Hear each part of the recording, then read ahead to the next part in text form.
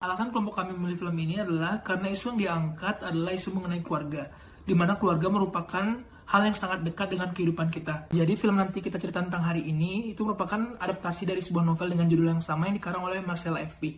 Di mana ceritanya menceritakan sebuah keluarga yang menyimpan rahasia yang sudah lama, sehingga rahasia tersebut menjadi sumber konflik dalam cerita ini. Analisis yang pertama yaitu persepsi. Persepsi ada dua, yaitu sosial dan individu. Persepsi individu merupakan kesadaran seseorang mengenai dirinya yang direspon oleh perasaan. Contohnya adalah adegan saat angkasa menjaga awan, ia mempunyai kesadaran yaitu bertanggung jawab kepada adik-adiknya. Yang kedua, persepsi sosial. Persepsi sosial merupakan membentuk kesan dan membuat kesimpulan tentang orang lain. Adegannya yaitu saat angkasa bilang bahwa anak band gak ada yang benar. Analisis yang kedua yaitu proses terjadinya persepsi. Ada tiga komponen. Yang pertama, mengetahui apa yang dipikirkan, dipercaya, diniati, dikehendaki, dan dirasakan, serta didambakan oleh orang lain. Contohnya yaitu saat adegan angkasa tahu bahwa awan ingin dan senang bekerja di bawah naungan Bapak Anton. Komponen yang kedua yaitu membaca apa yang ada di dalam diri orang lain melalui ekspresi. Saat adegan angkasa melihat awan cemberut ketika tidak diterima di perusahaan Bapak Anton. Komponen yang ketiga yaitu menyesuaikan tindakan sesuai dengan keberadaan orang lain dengan berdasarkan pengetahuan dan pembacaan. Adegannya yaitu angkasa memberikan motivasi dan semangat kepada awan saat tidak diterima dalam perusahaan Bapak Anton. Sekarang kita masuk pada bagian motivasi. Motivasi angkasa berupa extrinsic motivation atau motivasi yang berasal dari luar. Motivasi angkasa berasal dari ayahnya yang selalu memotivasi angkasa untuk menjadi kakak yang baik dan bertanggung jawab untuk menjaga adik-adiknya. Pada bagian pembelajaran, sumber pembelajaran angkasa berasal dari pengalaman dalam lingkungan keluarganya, yaitu saat ia nyaris kehilangan awan dan selalu dimarahi saat ia gagal menjaga adiknya. Hal ini membuat angkasa belajar untuk menjadi kakak yang selalu bertanggung jawab dan menjaga adiknya agar ia tidak dimarahi lagi oleh ayahnya. Sekarang kita masuk pada bagian memori. Pada bagian memori ini terdapat proses pembentukan memori yang terbagi menjadi 3 tahapan. Yang pertama itu pada tahap perekaman.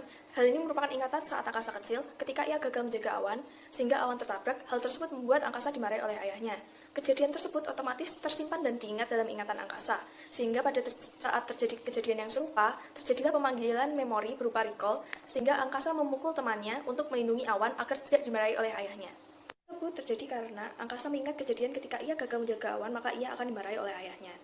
Nah, untuk yang berikutnya kami akan menganalisa aktor. Aktor yang kami pilih di sini yaitu angkasa. Di dalam analisa aktor terdapat faktor-faktor situasional.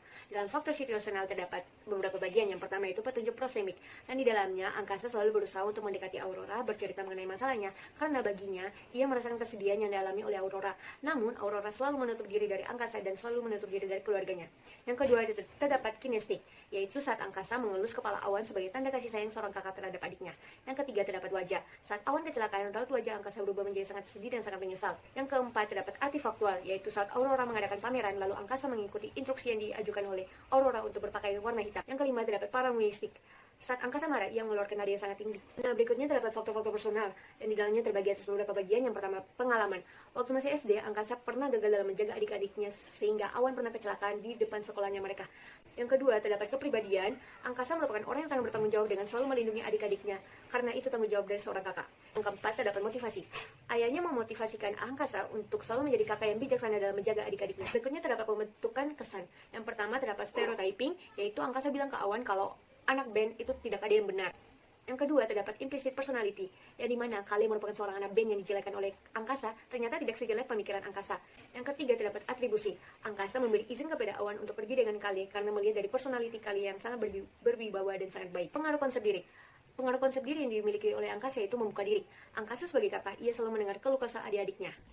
Atraksi interpersonal ini dibedakan menjadi 2, yaitu faktor personal dan faktor interpersonal. Faktor personal ini terdapat kesamaan karakteristik, yaitu angkasa dan anggota keluarga lainnya memiliki kesamaan karakteristik. Mereka sama-sama membunyikan masalah yang ada dalam diri mereka, sehingga masalah ini menjadi akar dari konflik cerita ini. Yang kedua adalah tekanan emosional. Tekanan emosional ini terlihat ketika angkasa meluapkan emosinya kepada ayahnya, karena ayahnya selalu menyalahkan angkasa atas kecerobohan adik-adiknya. Yang kedua adalah faktor interpersonal, proximity, yaitu terlihat ketika angkasa memiliki kedekatan dengan adik-adiknya. Yang kedua adalah ganjaran, yaitu ketika ayahnya menyalahkan angkasa karena awan terserempet mobil. Hubungan interpersonal itu model interaksional. Dalam sebuah keluarga tentunya kita melakukan interaksi dengan anggota keluarga yang lain. Dalam sebuah keluarga juga terdapat sebuah struktur. Di dalam cerita ini, ayah selalu menjadi tempat untuk mengambil sebuah keputusan, sehingga ayah menempati kedudukan tertinggi dalam hierarki keluarga ini.